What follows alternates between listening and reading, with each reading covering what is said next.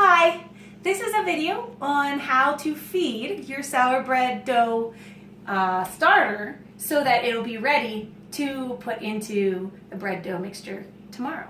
Okay, this is my starter. If you can see, it has a little bit of darker coloring on top. That's because this was in the refrigerator for the last few days, and so it's getting hungry, so I took it out and now I'm going to feed it. Okay. In order to feed your starter, you need to look at use the amount of starter you have. I have about a 1/4 cup. Okay. And then you're going to add the same amount of water and 2 scant parts flour. So let's see how that works. The first thing I'm going to do is I'm just going to get this starter.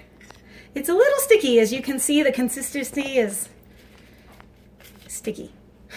Okay, so you can get as much out as you can.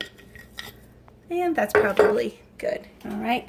Then I'm going to add a 1/4 cup water. This is purified water. You don't want to use tap water, especially if your tap water has chlorine in it, because the chlorine will kill the yeast in the starter. So you want to use purified spring water.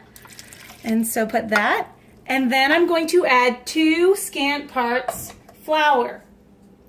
This is whole wheat flour because my yeast starter is whole wheat starter. If you prefer to use white flour, you could use white flour with your starter and it will turn it into a white flour starter. That's fine as well, whatever you prefer. So I'm going to put 1 scant part, 1, and that's another scant, 2, okay? And then you stir. And you don't need to whip it together, but you stir enough just so that everything mixes. It's a little sticky sometimes. You gotta just make sure that it all mixes together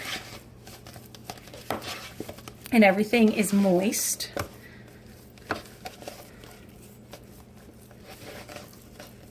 Okay, that's probably good.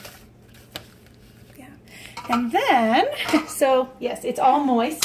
And then I cover it with a lid. I'm not gonna clasp my lid. I'm just gonna leave my lid sitting on top because gas is released during this process. If you put the lid too tight, it could explode on you, and that would be very messy.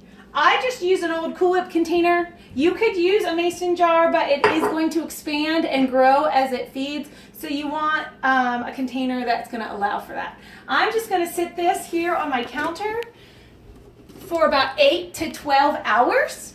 And after that, it will then be ready to mix and combine into sourdough bread.